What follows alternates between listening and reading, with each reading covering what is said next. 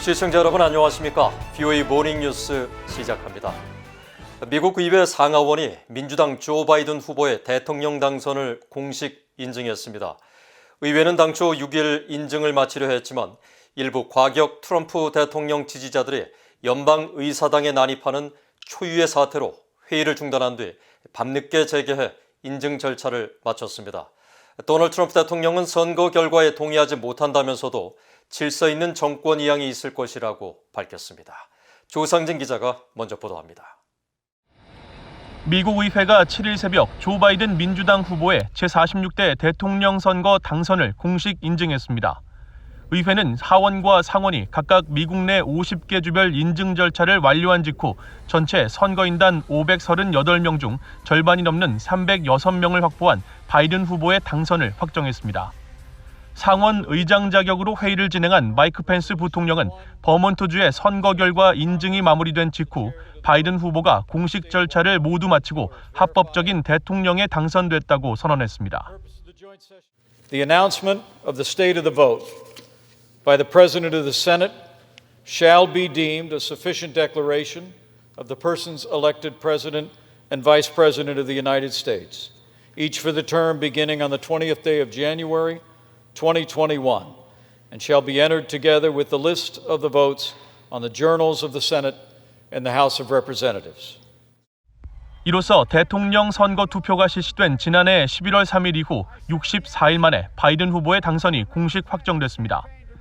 의회는 당초 6일 상하원 합동회의에서 바이든 후보의 당선을 인증하려 했지만 이날 오후 선거 결과에 불복하는 일부 도널드 트럼프 대통령 지지자들이 의사당에 난입해 일정이 중단되는 미국 역사상 초유의 사태가 발생했습니다. 회의를 진행하던 펜스 부통령과 낸시 펠로시 하원 의장을 비롯한 의원들은 급히 대피했고 이후 시위 진압과 해산 과정에서 4명이 숨지고 50여 명이 체포된 것으로 전해졌습니다. 바이든 당선인은 6일 긴급 기자회견을 통해 민주주의가 전례 없는 공격을 당하고 있다며 시위대의 의사당 난입 사건을 강력히 비판했습니다. The scenes of chaos at the Capitol do not reflect a true America. Do not represent who we are. What we're seeing are a small number of extremists dedicated to lawlessness. 한편 트럼프 대통령은 7일 연방의회가 바이든 대통령 당선인에 대한 공식 인증 절차를 마무리한 직후 성명을 통해 오는 1월 20일 바이든 당선인에게 정권을 넘기고 백악관을 떠날 것이라고 밝혔습니다. 트럼프 대통령은 선거 결과에 전적으로 동의하지 않으며 사실들이 자신을 입증하지만 그럼에도 1월 20일 질서 있는 정권 이양이 진행될 것이라고 밝혔습니다. 지난 11월 3일 대선 이후 줄곧 선거 불복 입장을 고수해왔던 트럼프 대통령이 평화로운 정권 교체를 공개적으로 약속한 것은 이번이 처음입니다. BOA 뉴스 조상진입니다. 지난 5일 개막된 북한 노동당 8차 대회에서 북한 군부 의석이 크게 줄어든 것으로 나타났습니다. 미국 전문가들 사이에선 재원의 집중을 군부에서 경제로 돌리기 위한 의미 있는 변화란 분석과 섣부른 결론을 내기엔 아직 이르다는 신중한 반응이 동시에 나왔습니다. 김동현 기자입니다. 북한 정권이 5일 개최한 노동당 8차 대회의 참석자 면면을 살펴보면 5년 전 열린 7차 대회와 비교해 뚜렷한 변화가 감지됐습니다. 지난 7차 대회 때는 군인 대표가 719석이었는데 이번 8차 대회에서는 절반 가까이 줄어든 408명으로 나타난 겁니다. 반면 핵심 당원 대표는 기존 786석에서 2배 가까이 늘어난 1455석이었고 행정경제부문 대표도 423석에서 801석으로 늘었습니다. 또 당중앙군사위 부위원장 직제를 폐지하고 내수를 담당하는 박봉주 내각총리가 중앙군사위원으로 선출돼 관심을 끌었는데 이에 대해 한국통일부는 군 역할 축소와 함께 당의 역할이 강화된 것으로 풀이했습니다. 이런 추세에 대해 주한미군 사령관을 지낸 빈셋 브룩스 주한미군 전후회 회장은 VOA에 김정은 위원장의 최우선 정책 목표 변화를 반영한 것으로 평가했습니다. 권력 구조 재편과 함께 당과 국가 정책 시행에서 군부의 영향력을 줄이기 위한 조치로 보인다는 겁니다. It's about developing North Korea, and Kim Jong-un wants to be the one to do that. And so this is an indication that he's going to go in a new direction. So this is a different balancing, in my opinion, than what we've seen in recent years. Certainly a long distance from where his father was with his policy of military first. 브룩스 전 사령관은 그러면서 한정된 자원을 군부에 지나치게 투자해서는 더 이상 경제에 성공할 수 없다는 점을 시사했을 수 있다고 지적했습니다. 게리 세이모 전 백악관 대량살상무기 조정관은 이번 당내 인선 변화는 군부보다는 경제 관료에 힘을 실어주려는 조치로 보인다면서도 그것이 꼭 핵 포기를 의미하는 것은 아니라고 선을 그었습니다. 육자회담 미국 측 수석대표를 지낸 크리스토퍼 힐 전 국무부 동아태 담당 차관보도 김 위원장이 심각한 경제 압박에 놓인 것은 자명하지만 결론을 내리기에는 이르다며 신중한 반응을 보였습니다. 당내 군부 입지 축소가 선군 정치에서 경제 우선 정책으로 재조정하기 위한 움직임으로 볼 수 있지만 북한 정권의 핵 정책을 포함해 좀 더 상황을 면밀히 지켜봐야 한다는 겁니다. 브루스 베넷 랜드 연구소 선임 연구원은 당 대회 개최 직후 개최될 가능성이 큰 열병식 준비 상황을 예로 들며 당내 인적 구성 변화가 군부 입지 축소로 이어질지는 두고 봐야 한다고 말했습니다. But we have yet to see the parade. And what he says at the parade and what he does.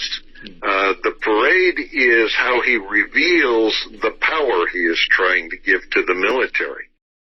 베넷 선임 연구원은 그러면서 김 위원장이 현 단계에서 군부의 역할을 축소한 건 미국의 새 행정부에 대화 의지를 전하려는 메시지로도 볼 수 있다고 분석했습니다.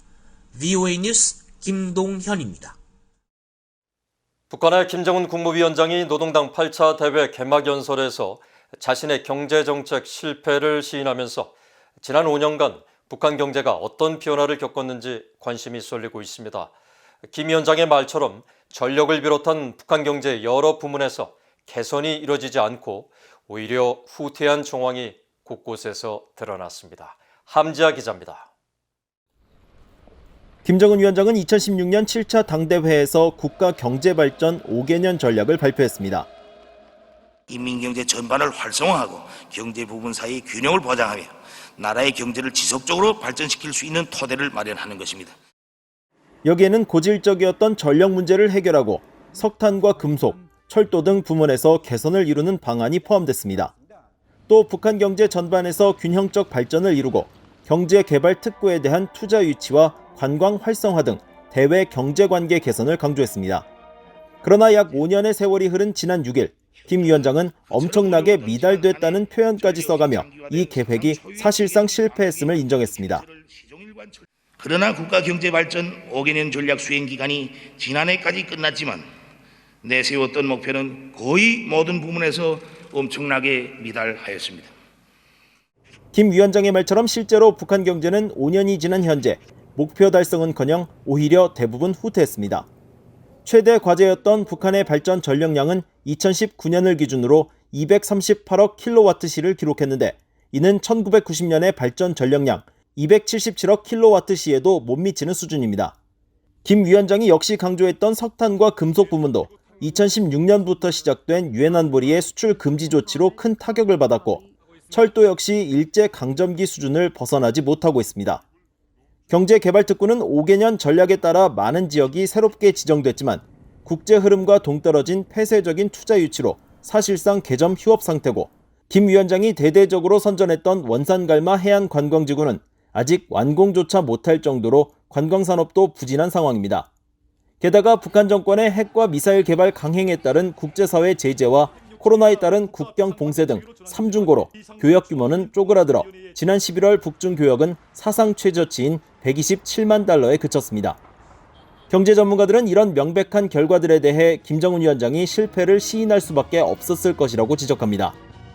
I think they may have made some improvement in domestic production of domestic consumer goods, but the heavy industries, the goals, the electricity production is terrible. I'm sure the railroads are bad. Steel production is down. Coal is a disaster because they can't export it.